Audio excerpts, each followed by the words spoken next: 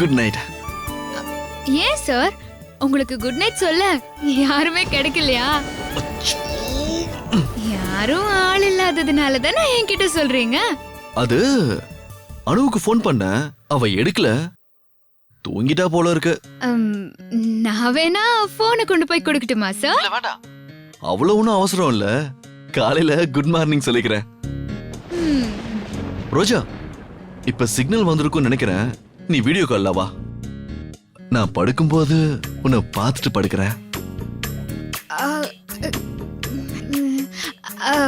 வேண்டாம் சார். அனு மாதிரி நல்லவங்க யாராவது இருந்தா அவங்க முகத்தை பார்த்துட்டு படுங்க. ஐயோ ஐயோ, நல்ல கனவாவது வரும்.